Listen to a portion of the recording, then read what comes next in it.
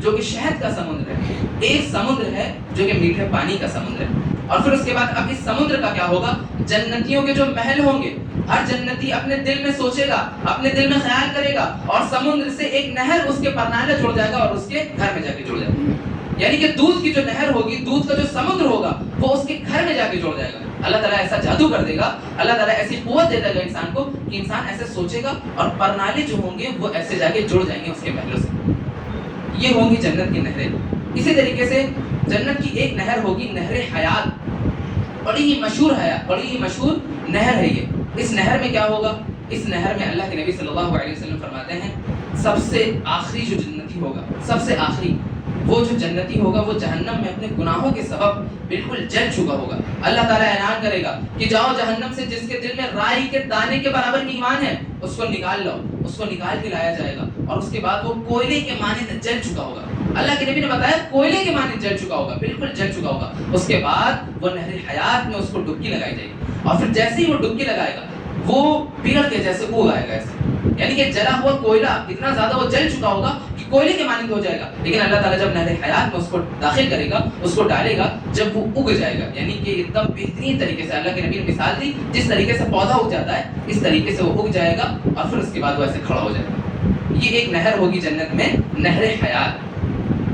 اب اس کے بعد آئیے کچھ پھل ہیں جنت کے، اس کے تعلق سے بھی جان لیجئے۔ اللہ تعالیٰ نے قرآن مجید میں فرمایا وَأَصْحَابُ الْيَمِينِ مَا أَصْحَابُ الْيَمِينِ، دائیں ہاتھ کا کیا کہنا، دائیں ہاتھ والوں کا کیا ہی کہنا۔ وَأَصْحَابُ الْيَمِينِ مَا أَصْحَابُ الْيَمِينِ فِي سِدْرٍ مَخْضُودٍ، وہ ایسے تنوں میں ہوں گے بیریوں کے جس میں کانٹے نہیں ہوں گے۔ وَأَصْحَابُ الْيَمِينِ مَا أَصْحَابُ الْيَمِينِ فِي سِدْرٍ مَخْضُودٍ وَطَلْحٍ مَنْضُودٍ، تہ بہتہ کیلے میں ہوں گے، وَطَلْحٍ مَنْضُودٍ وَظِلٍّ مَمْدُودٍ وَمَاءٍ مَسْكُوبٍ وَفَاكِهَةٍ كَثِيرَةٍ لَا مَقْطُوعَةٍ وَلَا مَمْنُوعَةٍ۔ جنتی لوگ جنت میں میووں کے مانند ہوں گے، یعنی کہ ایسے میووں کی مثال دی اللہ تعالیٰ نے کہ ایسے پتے ہوں گے جو ان کو پوری طریقے سے کور کر لیں گے۔ بہترین وہ بیریوں کے پیڑ کے تنوں میں ہوں گے، بہترین بیریاں کھائیں گے، اور پھر اس کے بعد کیلوں کے پیڑ کے تنے میں ہوں گے، کیلوں کے پیڑ کے تنے میں ہوں گے، ٹھیک ہے، اور پھر اس کے بعد ان کے لیے میٹھا پانی ہوگا، اور پھر اس کے بعد ان کے پاس ایسے میوے ہوں گے ان کے لیے کہ جب وہ دل میں ارادہ کریں وہ فوراً آ جائیں گے۔ لا مقطوعۃ ولا ممنوعہ، کوئی روک ٹوک نہیں ہوگی، انسان صرف اپنے دل میں سوچے گا اور وہ میوے اس کے پاس آ جائیں گے۔ یہ جنتی کے پھل ہوں گے۔ ایسے تو بہت سارے پھل ہوں گے، لیکن ان دو پھلوں کا قرآن نے ذکر آیا ہے۔ یہ جو بیری کا جو پیڑ ہوگا، بیری کا جو پھل ہوگا اور جو کیلے کا پھل ہوگا، یہ کس طریقے کا ہوگا یہ آپ لوگ نہیں سوچ سکتے۔ وہ اللہ تعالیٰ نے بیری کی ایک تشبیہ دی ہے، لیکن وہ کیسی بیری ہوگی یہ کوئی نہیں جانتا۔ کیلے کی ایک تشبیہ ہے، لیکن کیسا کیلا ہوگا کوئی نہیں جانتا، اس دنیا کے جیسے نہیں ہوگا۔ اللہ کے نبی صلی اللہ علیہ وسلم ایک حدیث میں بتاتے ہیں کہ جب مجھے معراج کرایا جا رہا تھا، جب میں جنت کو دیکھ رہا تھا تو میرے سامنے ایک انگور کا گچھا تھا، میں نے ہاتھ بڑھانا چاہا اور اس کو لینا چاہا، لیکن مجھے حکم ہو گیا کہ میں اس کو نہ لوں، لہٰذا میں رک گیا۔ پھر اس کے بعد اللہ کے نبی اس بات کی تشریح کرتے ہیں، کہتے ہیں کہ اگر میں اس گچھے کو پا لیتا، لے لیتا، تو دنیا میں جتنی چیزیں ہیں، قیامت تک کے جتنی بھی چیزیں ہیں، ساری چیزیں اس ایک گچھے کو کھاتی رہیں گی، تب بھی وہ گچھا نہیں ختم ہوگا۔ یہ جنتی کے پھل ہوں گے جس کے بارے میں اللہ تعالیٰ نے ایسے پھلوں میں رکھے گا، اللہ تعالیٰ ایسے پھل ان کو نوازے گا۔ اللہ کے نبی بتا رہے ہیں اگر میں اس گچھے کو لے آتا تو دنیا میں جب تک کہ دنیا بنی ہے، جب سے لے کے جب تک ختم نہیں ہوتی، تمام لوگ جتنی چیزیں ہیں، جتنی مخلوق ہے، سب اس گچھے میں سے کھاتے رہتے، لیکن وہ ختم نہ ہو۔ اسی طریقے سے اب بات آتی ہے جنت میں حوض ہوگا، حوض کوثر۔ اللہ کے نبی صلی اللہ علیہ وسلم کو جب معراج کرایا گیا تو اللہ کے نبی صلی اللہ علیہ وسلم نے بتایا، حضرت جبریل سے پوچھا ما ھذا جبریل، تو جبریل علیہ السلام نے بتایا ھذا کوثر، یہ کوثر ہے، فإنه أعطاك ربك، اور یہ آپ کے رب نے آپ کو عطا کیا ہے۔ اور پھر اس کے بعد یہ بات ہو گئی وہاں معراج کی۔ اب اللہ کے نبی صلی اللہ علیہ وسلم اپنے حدیث میں بتاتے ہیں، اب اپنے صحابہ کو بتاتے ہیں کہ وہ کیسا ہوگا۔ اللہ کے نبی صلی اللہ علیہ وسلم حوض کوثر کے بارے میں بتاتے ہیں کہ وہ ایک ایسا حوض ہوگا جس کے گنبد جو ہوں گے وہ سونے اور چاندی کے ہوں گے، اور اس میں سے جنت میں سے دو پرنانے نکلیں گے جو سونے اور چاندی کے ہوں گے، اور حوض کوثر پہ آ کے گر رہے ہوں گے، اور اللہ کے نبی صلی اللہ علیہ وسلم حوض کوثر پلائیں گے لوگوں۔ اور پھر اس کے بعد اللہ کے نبی کہتے ہیں کہ میں تمہارا انتظار کر رہا ہوں گا۔ کتنی بڑی بات ہے، آپ کے دل میں ہلچل نہیں ہو رہی ہے؟ اللہ کے نبی صلی اللہ علیہ وسلم ہمارا انتظار کریں گے حوض کوثر پر، حوض کوثر پر۔ پھر ایک صحابی نے پوچھا اے اللہ کے نبی آپ ہمیں پہچانیں گے کیسے؟ تو انہوں نے بتایا کہ میں تمہارے نماز سے تمہیں پہچانوں گا، یعنی کہ تو جو تمہارے نماز کے جو پور ہیں، جب تم اعضائے وضو میں جو جو چیزیں دھلتے ہو اور جو نماز میں تمہارے سجود رہتے ہیں، جو جو نشان رہتے ہیں، یعنی کہ ہاتھ کے پاؤں کے، یہ سجود چمکیں گے اور یہی لوگ جو ہے جنت میں اللہ کے نبی کے ہاتھ سے حوض پیئیں گے۔ فرشتے اللہ کے نبی بتاتے ہیں کہ کچھ لوگ آئیں گے میرے پاس حوض کوثر پینے، پھر اس کے بعد جبریل امین اور تمام فرشتے ان کو ہٹا دیں گے، پھر اس کے بعد اللہ تعالیٰ اللہ کے نبی کہیں گے اے اللہ یہ میری قوم ہے تو کیوں ان کو دور بھیج رہا ہے؟ پھر اس کے بعد وہ بتائیں گے کہ اے اللہ کے نبی یہ وہ لوگ ہیں جنہوں نے آپ کے دین میں بدعت کر لیا تھا، جنہوں نے آپ کے دین کو گڑ لیا تھا، تو وہ حوض کوثر سے محروم کر دیے جائیں گے۔ اچھا یہ جو حوض کوثر ہوگا اس کے تعلق سے اللہ کے نبی نے بتایا اس کے جو پانی ہوگا، پانی کے تعلق سے سوال کیا گیا کہ حوض کوثر کا پانی کیسا ہوگا؟ تو اللہ کے نبی صلی اللہ علیہ وسلم نے فرمایا کہ شہد سے بھی زیادہ میٹھا، دودھ سے زیادہ سفید، اور ایسا پانی ہوگا کہ جو انسان اس کو ایک بار پی لے گا پھر اس کے بعد اس کو کبھی پیاس نہیں ہوگی۔ اور پھر اس کے بعد اللہ کے نبی نے جام کا ذکر کیا، یعنی کہ جس جام میں پلایا جائے گا ان کی تعداد اتنی ہوگی کہ وہ ستاروں سے زیادہ ہوں گے، جو گلاس ہوں گے جس میں اللہ کے نبی حوض کوثر پلائیں گے وہ ستاروں سے زیادہ ان کی گنتیاں ہیں، یعنی کہ ان گنت ان لمیٹڈ حوض کوثر کے جام ہوں گے۔ اس سے اللہ کے نبی صلی اللہ علیہ وسلم ہم لوگوں کو پلائیں گے اور ہمارے استقبال کے لیے ہمارے انتظار میں کھڑے ہوں گے کہ میری امت آتی جائے اور حوض کوثر سے پانی پیتی جائے۔ یہ جنتیوں کی صفات ہیں جو کہ اللہ تعالیٰ نے قرآن اور حدیث کے ذریعے سے ہمیں بتایا۔ لیکن پھر ایک بار سن لیں، فیہا ما لا عین رأت ولا اذن سمعت ولا خطر علی قلب بشر، یہ جتنی بھی چیزیں آپ کو بتائی گئی ہیں یہ صرف اور صرف ایک خاکہ ہے، ایک تصویر ہے جھلملی سی جو آپ کو دکھائی جا سکے، جس سے آپ جنت کا اندازہ لگا سکیں، اللہ کی نعمت کا اندازہ لگا سکیں۔ اسی طریقے سے اللہ تعالیٰ جنت میں آخری چیز سن لیں، اللہ تعالیٰ جنت میں حوروں کے سلسلے رکھیں گے۔ اللہ تعالیٰ نے بتایا کہ ہم ہر انسان کے لیے دو حور تیار رکھیں گے، دو بیوی، زوجتان کا لفظ استعمال کیا، ہر ایک کے لیے کل واحد منہا زوجتان، ہر ایک کے لیے دو بیویاں ہوں گی، اور وہ کیسی ہوں گی؟ ان کے لحمہ طرا، ان کے پیر کے گودے دکھ رہے ہوں گے، یعنی ان کی خوبصورتی کا عالم یہ ہوگا کہ ان کی پیر کی جو نلی ہوں گی اس کے گودے دکھ رہے ہوں گے، اتنی زیادہ خوبصورت۔ اور پھر اس کے بعد سورہ رحمان میں آتا ہے فیہن قاصرات الطرف عین کأنہن بیض مکنون، وہ ایسی ہوں گی کہ بالکل شرم نگاہوں والی ہوں گی، بالکل شرم نگاہوں والی ہوں گی، کأنہن الیاقوت والمرجان، گویا کہ موتی اور مونگے ہوں گے، موتی اور مونگوں کو قسم کی جو ہے اللہ تعالیٰ حوروں کو پیدا کرے گا۔ اور پھر اس کے بعد اللہ تعالیٰ نے بتایا کہ اس سے شادی کرا دیں گے، اللہ تعالیٰ شادی کا سلسلہ رکھے گا، وہاں بھی جنتیوں کی شادی کرائے گا اللہ تعالیٰ، جتنی بھی حوریں رہیں گی جنتیوں کی اللہ تعالیٰ سب سے نکاح کا سلسلہ قائم کر دے گا اور سب کی شادیاں کرا دے گا۔ اور جو ہماری بیویاں ہیں اگر وہ نیک رہیں گی تو ہمارے ساتھ رہیں گی اور یہ تمام حوروں کی سردار رہیں گی۔ اللہ کے نبی نے بتایا ایک عورت نے جو ہے دریافت کر لیا کہ سب کے لیے حوریں رہیں گی، ہمارے لیے کیا رہے گا؟ تو اللہ تعالیٰ کے نبی نے بتایا کہ اگر تم لوگ نیک رہو گی تو تم حوروں کی سردار بنا دی جاؤ گی اور اپنے خاوند کے ساتھ جنت میں تم رہو گے۔ اسی طریقے سے اللہ کے نبی نے بتایا جب اللہ کے نبی جنت کے اوصاف کا ذکر کرتے ہیں تو بتاتے ہیں جنت میں جب لوگ جائیں گے تو ان کے دل میں کوئی میل نہیں ہوگا، ایک دوسرے کے لیے کینہ بغض نہیں ہوگا، بلکہ تمام جنتیوں کا دل ایک ہی جنت، ایک ہی دل ہوگا، قلب واحد، ایک ہی دل ہوگا تمام جنتیوں کا۔ تو لہٰذا اللہ تعالیٰ نے جب اتنی مہربانی کی ہمارے اوپر، ہمیں ہمارے لیے اتنی بہترین چیز کو سجا کے رکھا ہے، بھائی اللہ تعالیٰ کو کیا ہی ضرورت تھی جنت کو بنانے کی، کیا ہی ضرورت تھی ہمیں دنیا میں بھیجنے کی، لیکن اللہ تعالیٰ نے ہمارے اوپر یہ انعام کیا ہے کہ اللہ تعالیٰ ہمیں ہمیشگی کی زندگی بخش سکے، ہمیشہ اللہ تعالیٰ اپنی نعمتوں میں ہمیں نواز سکے، اس لیے اللہ تعالیٰ نے جنت کو بنایا۔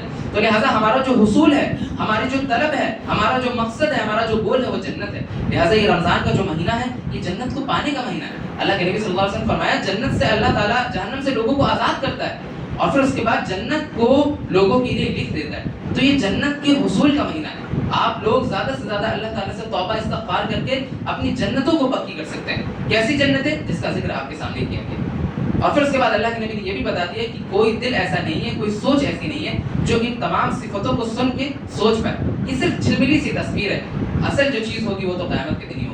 تو لہٰذا اللہ تعالیٰ سے دعا ہے کہ ہم تمام لوگوں کو اپنی جنت میں داخل کرے اور ہمیں زیادہ سے زیادہ توفیق دے کہ اے اللہ تعالیٰ ہم تیری جنت میں داخل ہو سکیں، اے اللہ تعالیٰ ہمارے دلوں کو ایسا بنا دے کہ ہمارے دل ایسے پاک و صاف ہو جائیں کہ ہم جنت میں داخل ہو سکیں۔ اللہ تعالیٰ ہم تجھ سے جنت الفردوس کا سوال کرتے ہیں، تو ہمیں سب سے اعلیٰ جنت میں اپنی جنت الفردوس میں داخل کر۔ اسی طریقے سے اللہ تعالیٰ ہم نے جو بھی عبادتیں کری ہیں، جو بھی نمازیں پڑھی ہیں، اے اللہ تعالیٰ تو ہماری ساری عبادتوں کو قبول کر لے، ہمارے ساری نمازوں کو قبول کر لے، ہم نے جو بھی روزے رکھے ہیں اللہ تیری رضا کے لیے اس کو بھی قبول کر لے، ہم سے جو کوتاہی ہو گئی ہے اس تراویح میں، اس نماز میں، اس روزوں میں، اس عبادتوں میں، اللہ تعالیٰ ان کوتاہیوں کو معاف کر دے اور ہمارا جنتیوں میں نام لکھ دے۔ اے اللہ تعالیٰ فلسطین میں جو مسلمان پریشان ہیں اللہ تعالیٰ ان پر اپنی رحم کی بارش کر دے، ان کے لیے بھی جنتوں کو لکھ دے، جیسے جیسے ان کا انتقال ہو رہا ہے اللہ تعالیٰ ان کے لیے جنت کے دروازوں کو کھول دے، جنت کی کھڑکیوں کو کھول دے، ان کی قبروں کو کشادہ فرما دے۔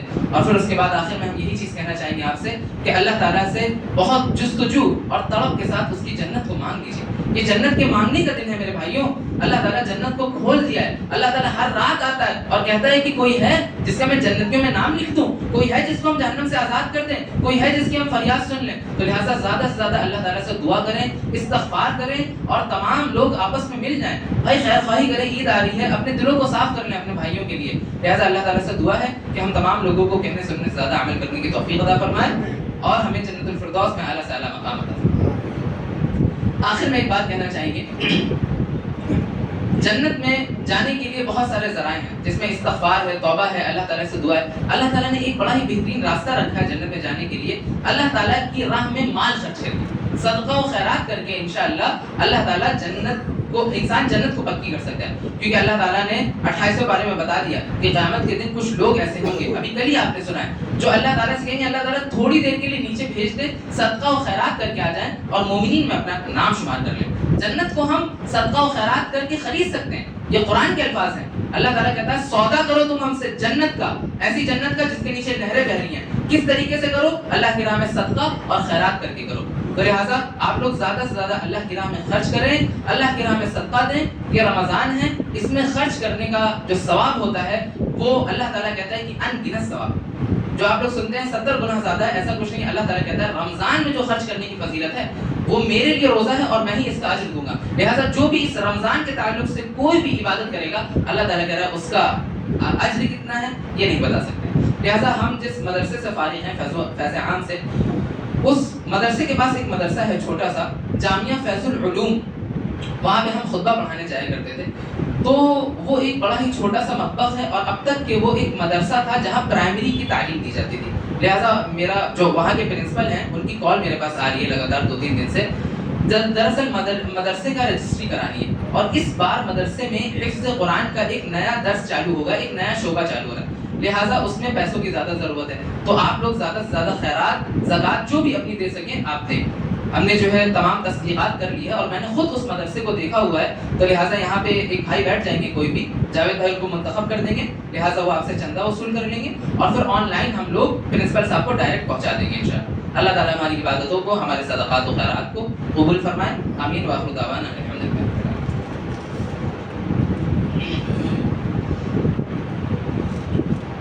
ان الحمد لله نحمده ونستعينه ونستغفره ونعوذ بالله من شرور أنفسنا ومن سيئات أعمالنا، من يهده الله فلا مضل له ومن يضلل فلا هادي له، وأشهد أن لا إله إلا الله وحده لا شريك له، وأشهد أن محمدا عبده ورسوله۔